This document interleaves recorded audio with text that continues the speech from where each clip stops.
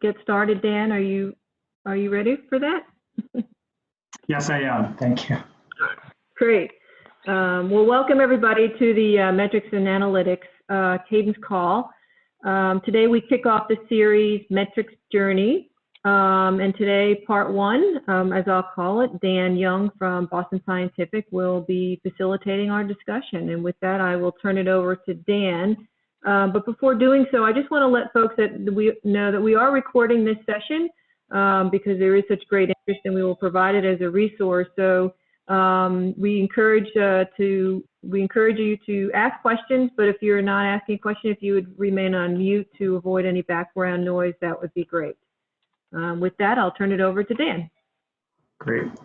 Thank you, Doreen. And so joining me with this, Mike Stein is going to kind of help moderate throughout this as I talk, helping to keep me on track, and also making sure that I'm touching upon the topics that we wanted to cover today.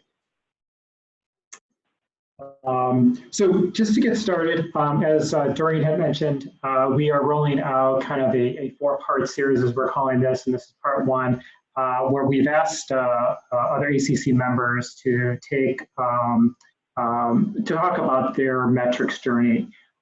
And so we're starting off with myself today, and then we have a few others coming up in the next coming months. And what we're looking to really do is to have just a very open discussion about where people got started. What type of assessments did you need to do? When you talk about building and designing your metrics, what did that meant? What did you what type of questions did you have to answer? Who did you need to speak with? How did you roll out your metrics? Were there any tools or systems that you started with initially, or did you start out using Excel? When you narrowed it down, what were the type of metrics you started out with?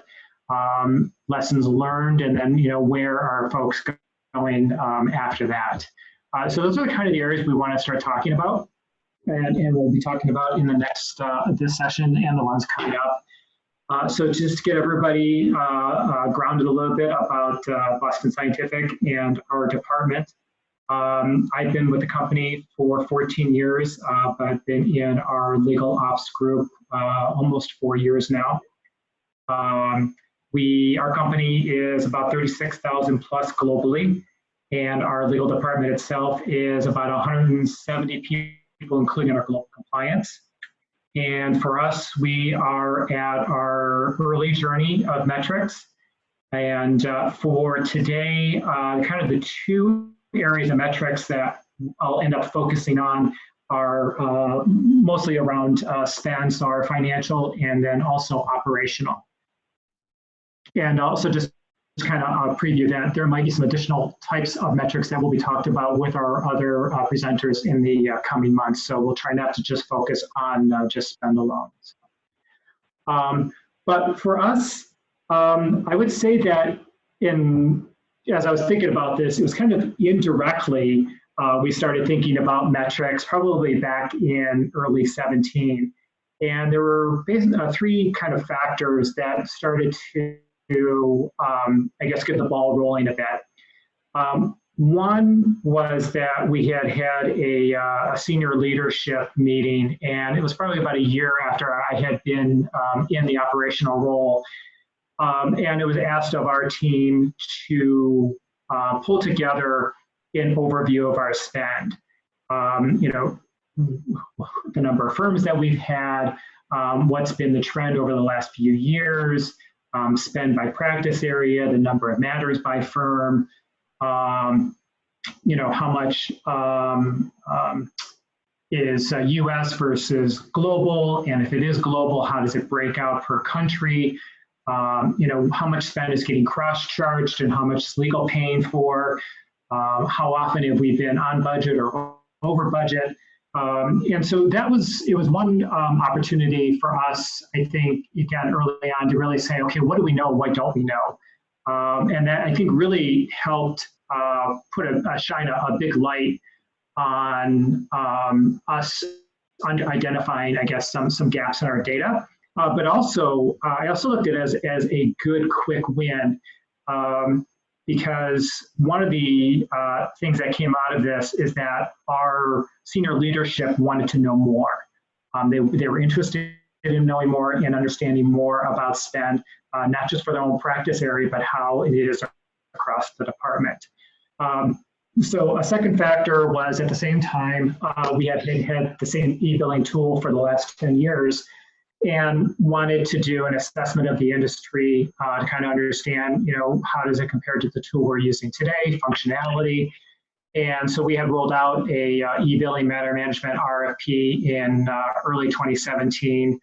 And, I think from that, one of the things that we had learned in the initial part of the RFP was understanding that there were other tools out there that were a bit more robust than what we're currently using.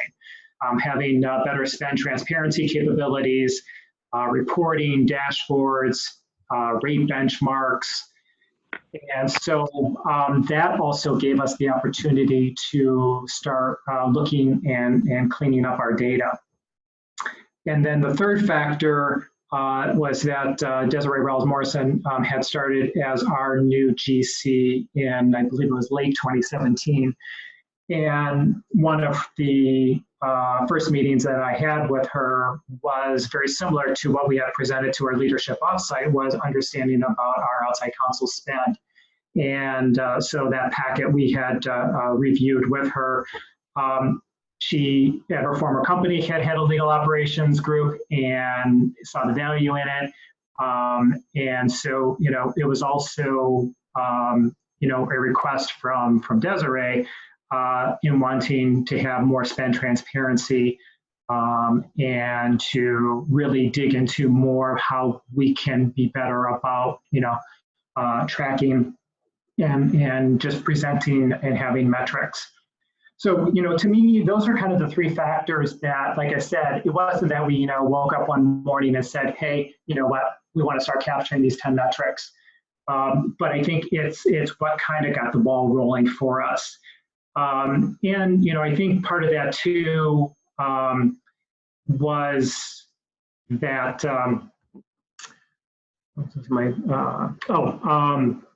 was that we also had to look at, well, how are we going to do this and how are we going to manage all of this as part of that? And, I think, also as you look at, where's your data? And for us, like I said, most of it was all within one spend tool. We did find out by looking and speaking with our sourcing and procurement group that we also found out that there was other legal spend not going through our sourcing tool. And so again, it wasn't us just talking within our own little group, but also reaching out to some of our other business partners within the company to find out if other legal spend was going elsewhere. So, I think for us, that was kind of part of also the early assessment of, what did we know, what didn't we know? That assessment also, like I said, identified gaps of where we knew that we found that a lot of spend was classified general, and had sat down with our lead counsel here, or inside counsel, to kind of understand, well, here's the types of matters that were classified under general. How or why are you using this firm? Is there a better classification, or could there be additional matter types that we could be adding in to provide clarity and bucket this information so that we have better transparency about that type of spend? And, I said for all of this, that probably took us, I'd probably say by the time we were done with the RFP, rolling out a new e-billing tool, cleaning up the data, speaking with Desiree, with our senior leadership, and, really kind of getting everything going, just that part of it, probably took about 18 months. And, as when I first started this, I'm like, we'll never get there. But, I would say that, those 18 months were definitely worth the time and the effort to be able to do that. And I will also note too that I know that every department has, more than one person potentially in their legal ops.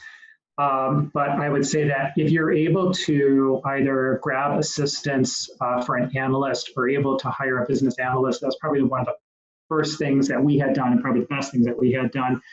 Having somebody who's dedicated in helping to lead a number of these efforts and really kind of helping to drive where we're going with our metrics today. So before I kind of jump in and talk a little bit more about how we got started in building our type of metrics, I want to see if there was any questions. I have a quick question. This is Ryan McAvoy from Citadel again. I think this is a super valuable approach, and I'm really excited to hear what you have to say. How are we going to memorialize this? Because I think, if we have several people tell this story, to capture it in a consistent format, I think would be a really valuable sort of work product from this group. Yes, very good question. So one of the things, and I was actually kind of contemplating, is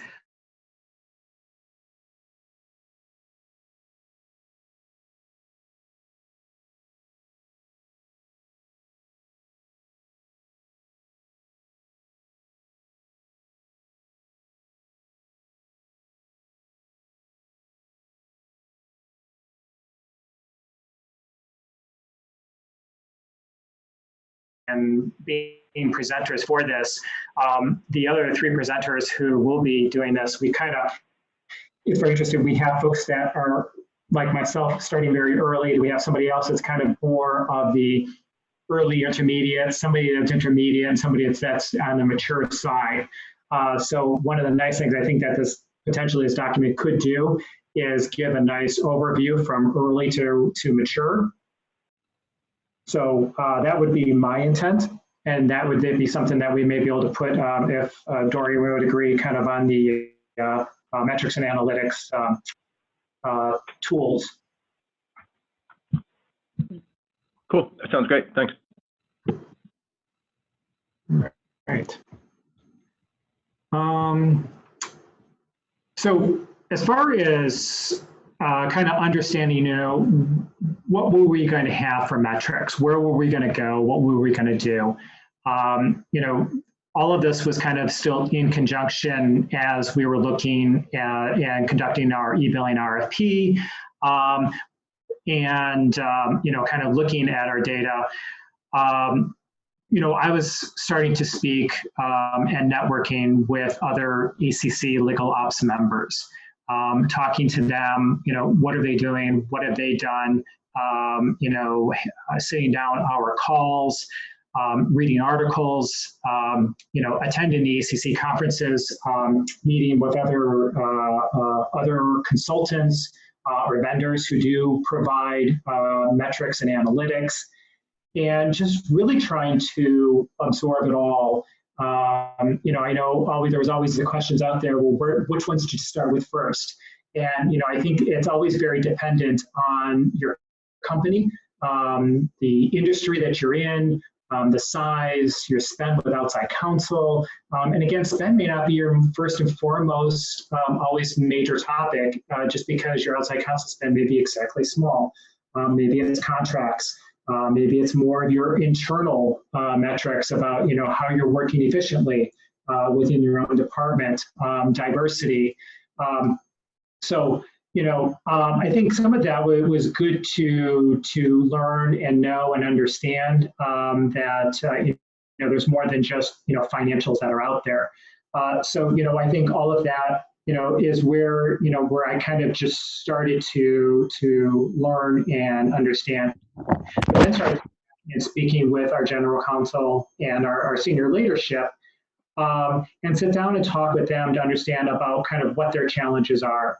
When we kind of presented that first data to them, what was intriguing to them, what was interesting to them, what more did they want to learn or know, and what could they potentially think, if they had the information at their fingertips, might make their job or life a lot easier.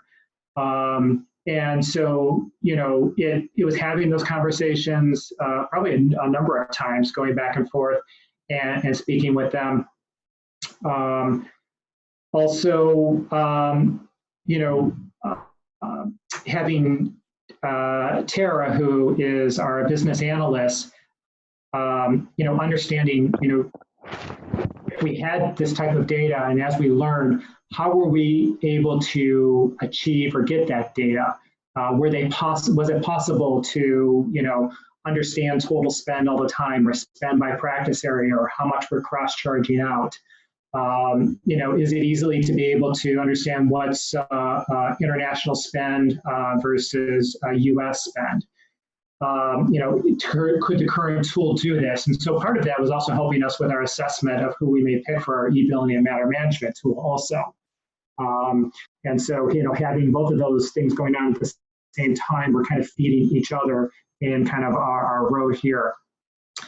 And I will also let you know, also during this point in time, we started just last year, which also was a convergence program of also narrowing down the number of our firms. And that also kind of led to, are there additional metrics or something that we might want to include from this particular initiative, which it did. So, it's interesting how where we started at one point where we're thinking, okay, it's probably just going to be based on budget. We're just going to really be looking at our spend. And, for us, it actually started turning out, well, that's not just the only thing we want to take a look at. We want to understand also operationally. So some of the feedback we got from our leadership and also as we look from an operational standpoint is, okay, the number of invoices we're getting in, how quickly are we approving them, the number of matters we're getting in, how long does it take to set up a matter, how many matters do we have per firm. So more from, again, that operational standpoint. But then as we looked at, and we've just completed our convergence program, also part of the operational piece is how much spend are we having with our preferred list of firms versus our non-preferred. And we've also broken out a third piece of kind of what we consider kind of a niche or boutique set of firms. And so we're considering kind of a core list where, a majority of our spend or our usage is with a certain list of firms. We have kind of a niche or boutique list of firms, so those that are maybe just regional spend or very specific to one type of area of spend, or again, very limited expertise. And then again, like I said, that kind of out of the network. And so it's one of the bigger metrics that have definitely been voiced out to say, we want to be able to track this. We're putting goals around how we're using, how we're utilizing that set of preferred list. And then also from that, we're developing additional metrics to start tracking various value-added services that we've now incorporated with these set of firms.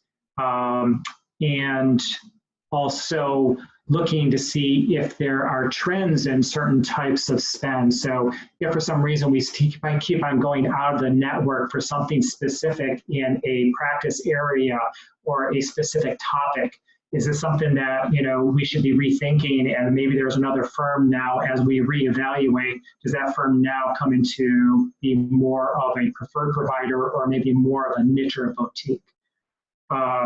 So, like I said, our journey early on in thinking about, what type of metrics we're going to need has really kind of evolved in the last year where we, again, just thought it would be just around, just more of our spend. And let's see. So any questions about what I've talked about so far?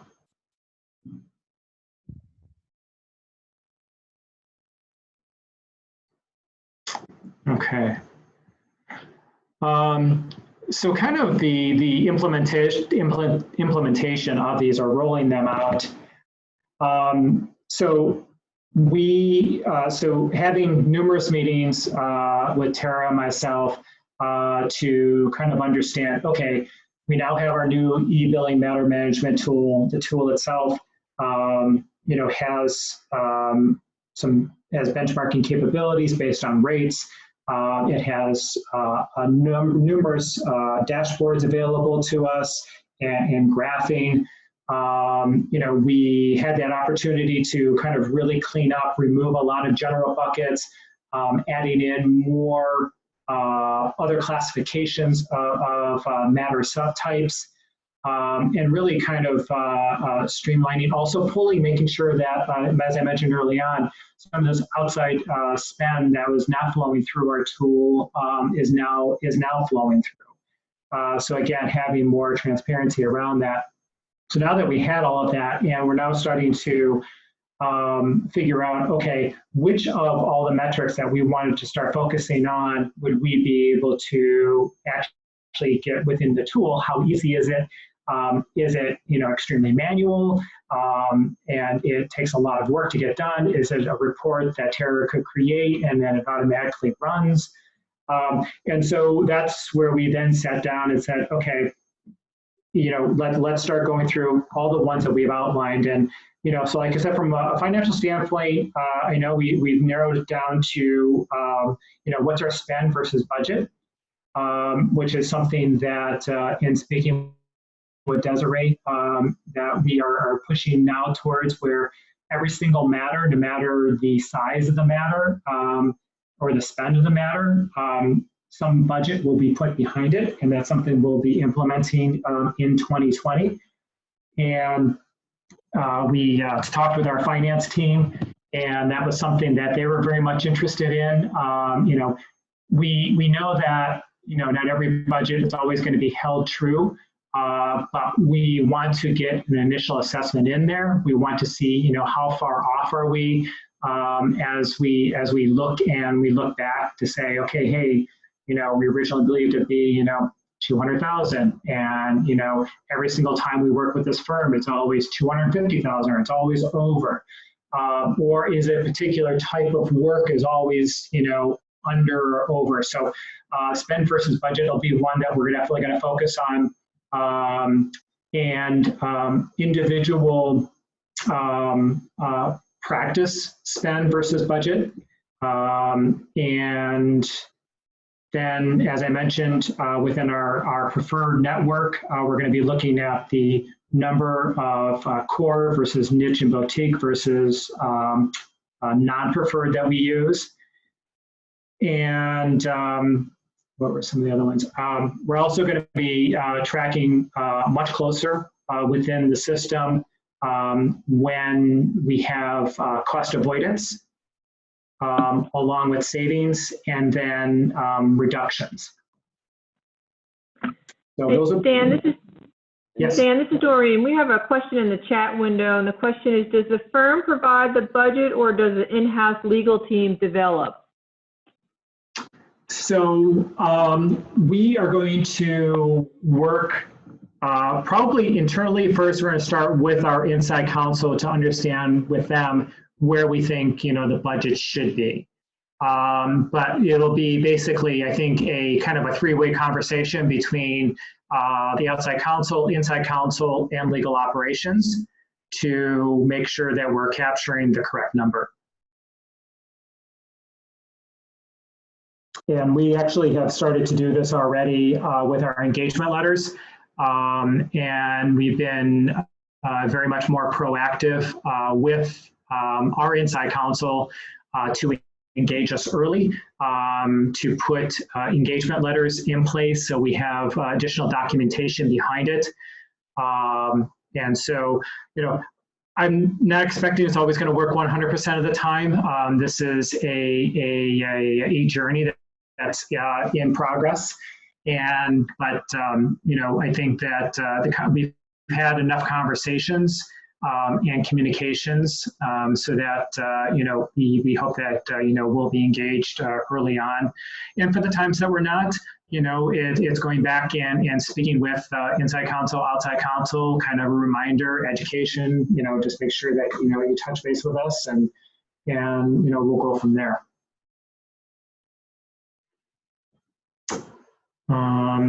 So operationally, where we landed on, as far, at least for right now, as far as types of metrics. So internally, I'm very much interested on the number of open and closed matters we have annually, how many matters we're opening up either in a practice area or with with lead inside counsel. Also trying to understand, why are we also engaging with these firms and how often, and really want to take a look back at to say, is there a trend in a type of spend or type of work that's being done with certain outside counsel? Is there opportunity where if it's one-offs, that's fine, but if it's consistent, is there an opportunity to go back and revisit the structure of how we're working or spending our money with that firm? So to me, that'll be some of the benefits that I'll see from, again, the number of open and closed matters. Also, the amount of time it takes. That's one of the things we're trying to do is quickly be able to make sure a matter gets opened and that we can get working on it quickly. We're trying to reduce the amount of time and effort that it takes, but we also need to make sure that we're capturing the right information so that we can report accordingly. We have that information about information or spend that needs to be cross-charged. Again, being able to do any type of analytics behind that if we need to in the future. Invoice approval time will be a big one for us. I have a target that all invoices are approved within 30 days of entering our e-billing tool, but also the amount of time in which our outside counsel are submitting.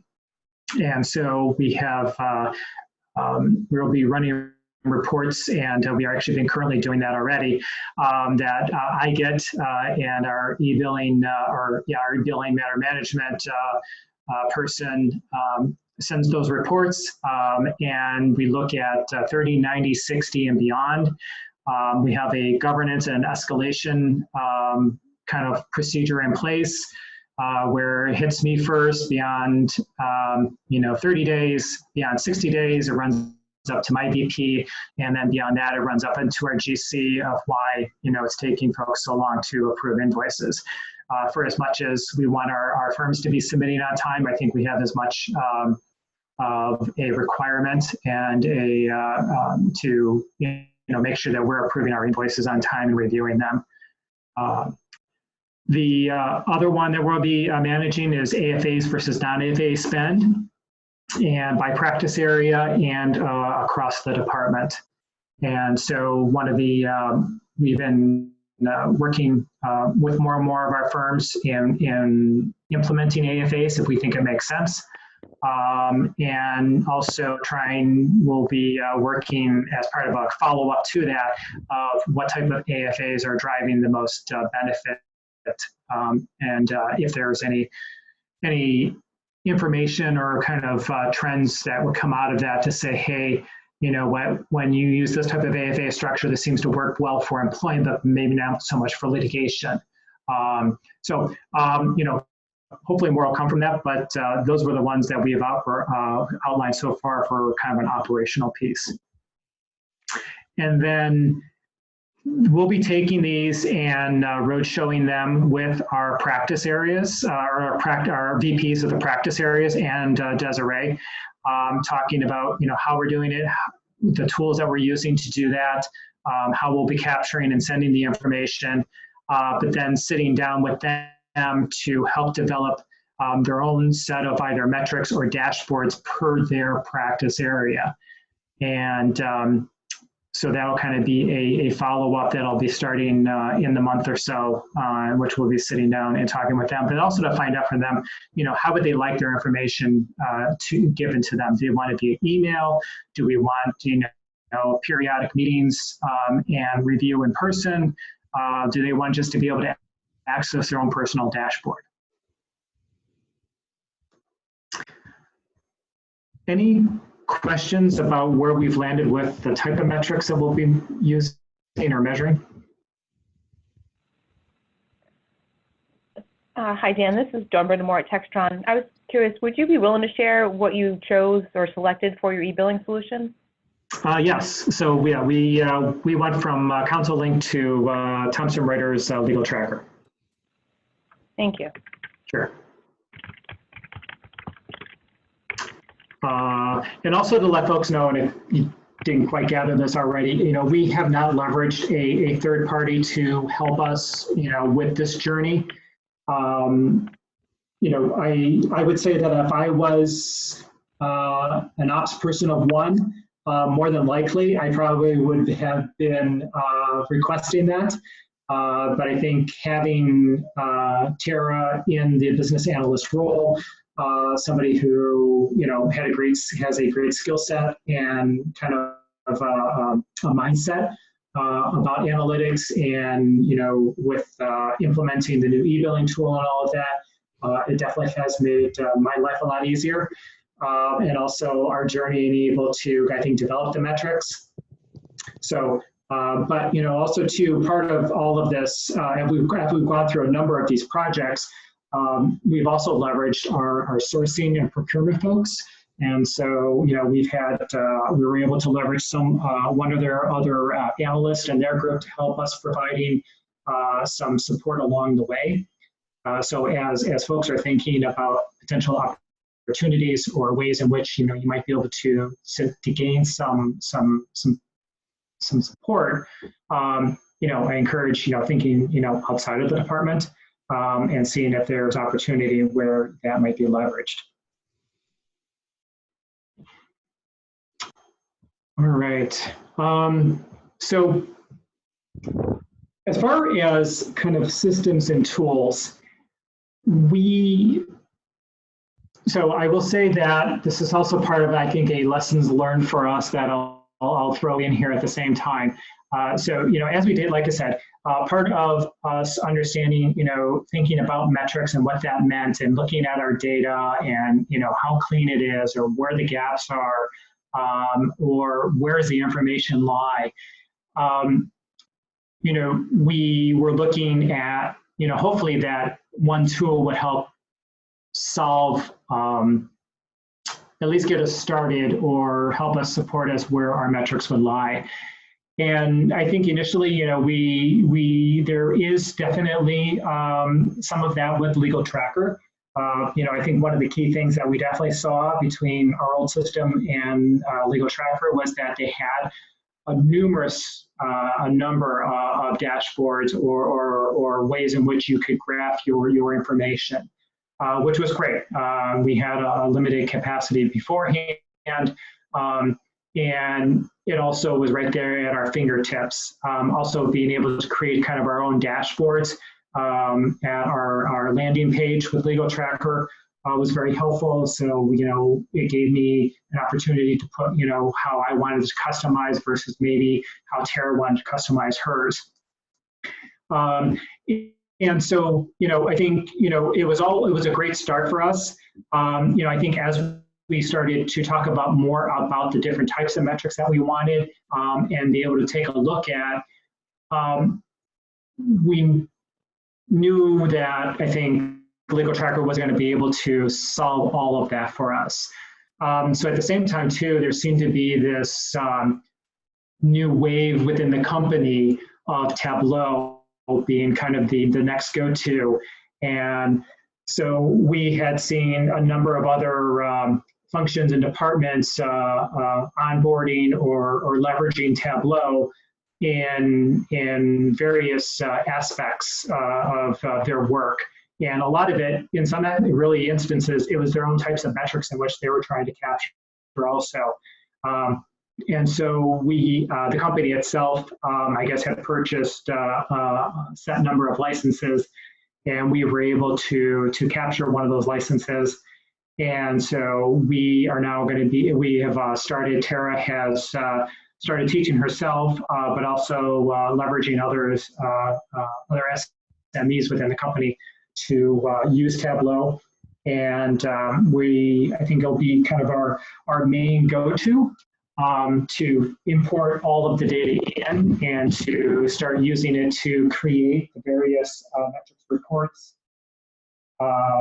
various dashboards, and really, I think, that'll be our go-to for the moment as we see. Dan, Yes. so this is Tara. I just wanted to add one thing to that was it's been a learning process for sure, but that even when you have a billing tool, we quickly learned that in a company our size, we have a lot of data floating from a lot of different places and different business systems that we operate. So using Tableau was a fantastic way to get that legal spend data and identify billing behaviors, as Dan had talked about before, and incorporate that with other data like maybe contracts information or something from our product liability claims area or insurance claims area. So those kinds of are the reasons that we really looked at Tableau as a really great solution in addition to Legal Tracker. Yeah, great point, Tara, and thank you for chiming in on that. And that actually leads me to kind of another point, is that, as we talk about metrics, and again, it always seems to focus back to the spend or that, our intellectual property group is now very much interested in Tableau and helping to manage the patent portfolio and understanding when, patents will be either need to be renewed or need to be filed or, things like that. And so, there is, again, another opportunity where we'll be leveraging that tool and helping to support them on their needs and the management, again, of overall data, the information that they're trying to manage. So.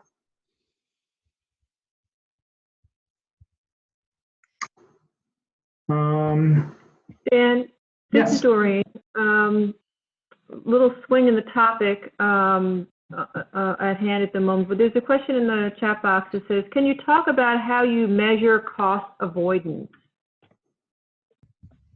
Sure. So we there are specific definitions that our sourcing and procurement department or group have outlined. And we work very, very closely with them to making sure that, again, it meets those requirements. But for us, there are a couple of different scenarios. So usually, so if we go out and we bid on a particular service or a legal service that we've never either bid on before, is very, very new. So we've gotten a number of different quotes, and we end up that, the quotes range, between $1 million and $2 million. And, we chose the lowest and versus the highest. So we, I think it is the average of them. And they end up, I think, taking the difference between that and the lowest. And that becomes a cost avoidance number. We're also using cost avoidance, especially within our PPN, when we start our negotiations with the rates, or as we have been starting our negotiations with the rates. So via the RFP, all the firms had an opportunity to submit what their next 2 years of rates would be. And then as we finalize the engagement letters, we've been following up accordingly. And any negotiations we were able to do between that time and lowering rates, we're using the difference between that as also a cost avoidance. And then with our sourcing group, when they do individual either negotiations on a particular matter, even if they're just one-offs and it's not really a full-blown RFP, again, depending on where they land on the initial cost versus the final cost, usually that difference then is also considered cost avoidance. So the only thing we would actually really consider savings is actual money that's cash savings that's hits our annual plan that we budget to.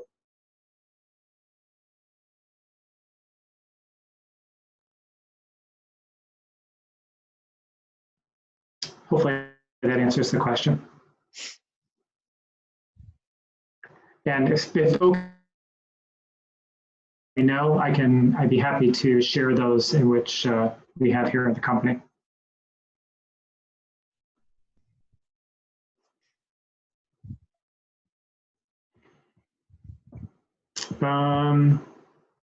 So, I think for us, like I said, we are still very much in our early journey of this, and I feel like in some ways, we're still getting started.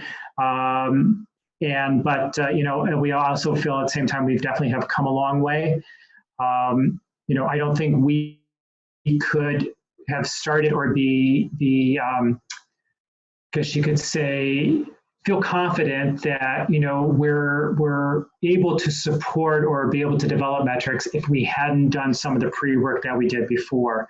That being and speaking with senior leadership and with Desiree and understanding their needs, assessing where all of our data is at, how do we access it, is it clean, are there gaps in it, and to really get to the point of where we're pretty confident about how the data is being collected and where it's being collected. Yeah, and making sure it's good data too. Yeah. That's the garbage in, garbage out concept that we've really tackled, that Dan had mentioned before with the implementation. We've done a lot of cleaning, and the dashboarding has helped with the cleaning. So yeah, I think that getting the audience down has really helped us identify how we're going to proceed going forward. Yeah, perfect. And I think, again, it's having not just one conversation, but I think it's the numerous conversations with Desiree and senior leadership and kind of just understanding their needs. And, I think also too, when we started to, we did kind of a brainstorming exercise, Tara and I did, and just started listing, all types of metrics, what are all that we could think of. And, really to say, we know we couldn't boil the ocean and start with everything, but, let's just list, anything and everything out. But then, and also what we hear back again, from internal conversations, but then to start narrowing down to say, okay, well, which ones do we think are really going to start driving some business value now? What are ones that are going to be, valuable for us to really enact on, or, to really help have some strategic conversations, either with outside counsel or with our lead counsel here internally.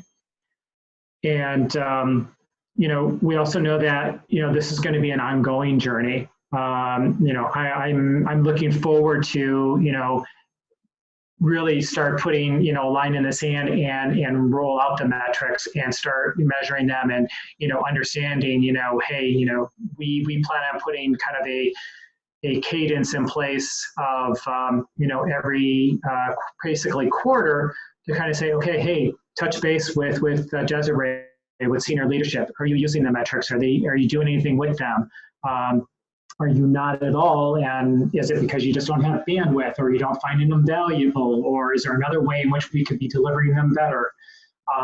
But also, internally for ourselves, do we think that they're telling us a story or not? And I think, for us, it's kind of doing that quarterly review, following back up internally, having more discussions, and, reassessing at least in a year's time to say, do we move new ones in? Do we take some of them out? And where does that take us in our next steps? And that's kind of, also what we're also looking at too. We've already started talking about, although we've kind of outlined some set ones already, one of the key things that we also want to start putting in are our firm scorecards.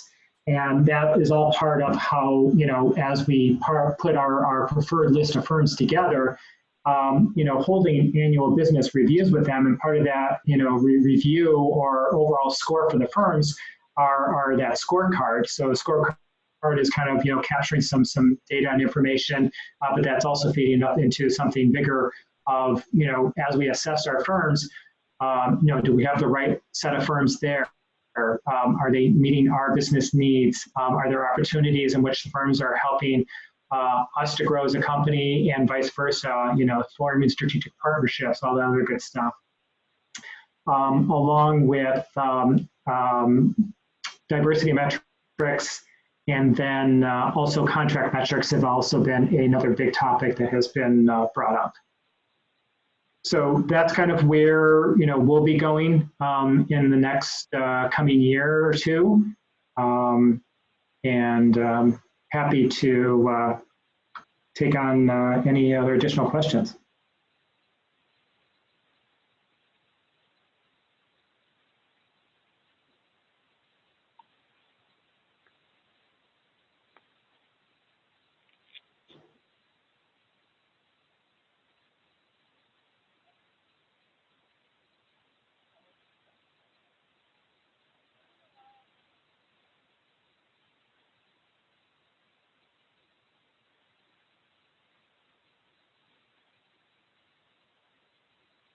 Did anything come in, Doreen, via the? Yep. No, we have no additional Okay. questions in the chat window. Okay. Yeah. So Dan, this is Mike. One of the other things we wanted to do was at least try and provide some time at the end of each of the presentations. If there weren't any specific questions related to the presentation, we just have a few minutes of an open forum. If anybody had any pressing questions or anything else out there that they may want to discuss while we're together that relate to the general topic. Yeah, and also too, I'm the presenter. If anybody has anything else to present as far as, insights, I'm happy to have that open too. We do have another question in the forum, in the chat window, and the question is, which contract metrics do you have and what do you find the most valuable? So good question. We are just starting to skim the surface of that.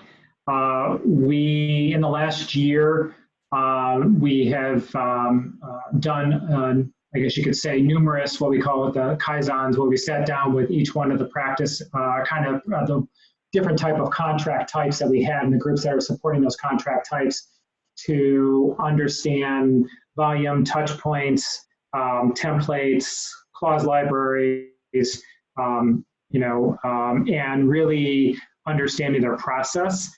I think one of the ones that really came up as a big gap that many of them had was truly understanding volume, how many times a contract was touched or kind of turned around before it got finalized, and the length of time it took to finalize the contract, either within legal or from start to finish. So those are ones that have been kind of talked about and didn't seem like common topics between almost all contract types. So for right now, those are kind of the ones that are floating out there for us, and we're trying to figure out what's going to be the best way to, if we're going to be able to manage or support that.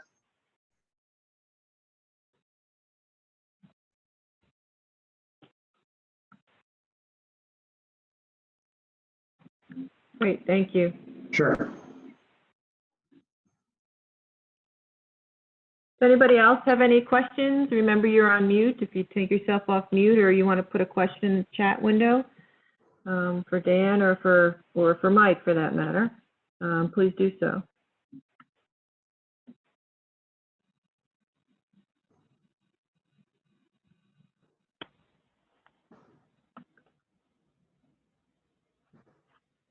Okay. All right, no additional questions at this time. Dan, you want to go ahead and? Sure. So again, this is also something very new for us to roll out, and also appreciate folks' feedback. So in any way in which you thought maybe this could be more helpful, I decided not to go with a presentation format. Again, just kind of keep this very kind of fluid and not heavy PowerPoint. But like I said, I definitely mentioned about pulling together some debrief of information, almost kind of a template to follow a little bit that just talks a little bit about that. So that will be coming up. But any other feedback that you think might be helpful for the upcoming sessions that we will have, I definitely welcome that. Feel free to send it to myself, Mike, in the ACC forum, to Doreen. We welcome that. So I want to make sure that it's useful for everybody. Great, thank you. I also wanted to, in closing, let folks know that we have part 2 of our Metrics Journey series in September. Antonio Workman from Uber will be presenting. In October, we have Jose Pong of Prudential, and in November, we have Kathleen Novak of Informatica. So please mark your calendar. If you don't have the invite, please email me at Law Department Ops or dmckelvey@acc.com, and I'll make sure you get the invite. And I want to thank you, Dan, very much. Time. I'm sorry, go ahead. I have a question if there's still time. Absolutely, go ahead. Thank you. I'm in the process of implementing an e-billing and matter management system, and it'll be a global system, and it'll be our first time using one of these systems. And as we're configuring the matter side, the different regions, the different global regions want different desires. Some want to have every little thing reported, some want everything bare bones. And so I'm thinking, I'm in the process of gathering all of their desires through an Excel file, and then we'll analyze and see, does it make sense to put everybody on the same matter fields, or our system would allow these regional variations. Does anyone have any experience with having regional variations for the matter fields? Like in the US, if you have a matter type litigation, I want to have places to pull down dates for pretrial conference date, motion for summary judgment date, dispositive motion dates, things like that that don't translate overseas. Or do people just kind of genericize things to work globally so you can run those global reports in a clean fashion?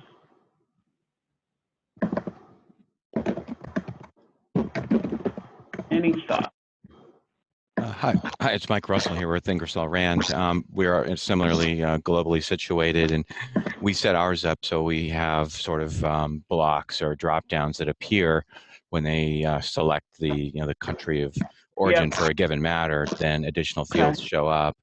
The basics we want for every matter, of course, is pretty standard globally, regardless. But we have different things that show up for matter type and different things that show up for matter location. So that's and that does aid the localized reporting, and they do appreciate that. Okay, so it doesn't backfire in any way. No, just the only as usual with any type of drop down, just be careful that the choices are mutually exclusive, or you can get some bad data. Okay, thank you. Yeah, and we do have this is Tara from Boston Scientific. We have matter type templates, similar situation, where we've created templates for different types of matters and subtypes. I wouldn't say it's regional, but it is definitely by area of work. And so any of our reporting just includes all of those values. So if we have massive reporting, it would include all of those, and we can cut it down. But we do have field dependency as well. So if you answer something, it will open up another option for you. Yeah, that kind of thing. Okay, good. And so the way we're doing it is, I had a workshop in June with the working team, and we've agreed on the pull downs or the matter fields for global reporting. And then once you pull down your country, then, and if it was litigation or contract or whatever, then these other customized fields pop up. Does that sound right, just to have this fixed set of pull downs for the global reporting, and then let people do this regional customization?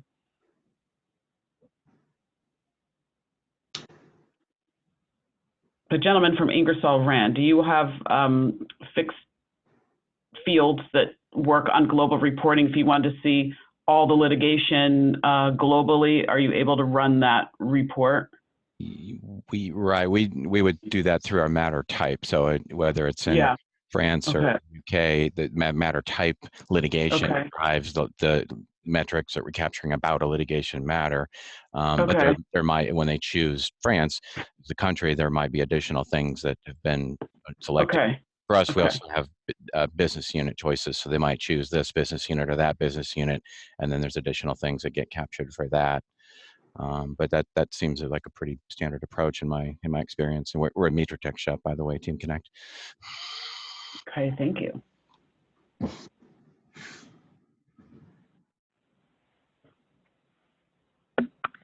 I would also encourage folks, if you've got additional questions, please feel free to use the Legal Ops Forum, which is a great way to connect with a wide range or you know, with the entire membership on questions of such that you would like advice on as well.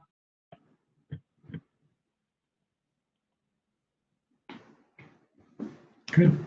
All right. Does anybody else have any additional questions? If not, I want to thank Dan very much for presenting today, and really appreciate him taking time off of to do so.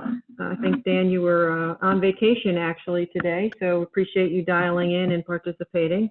Not a problem. And again, we look forward to folks joining us next month.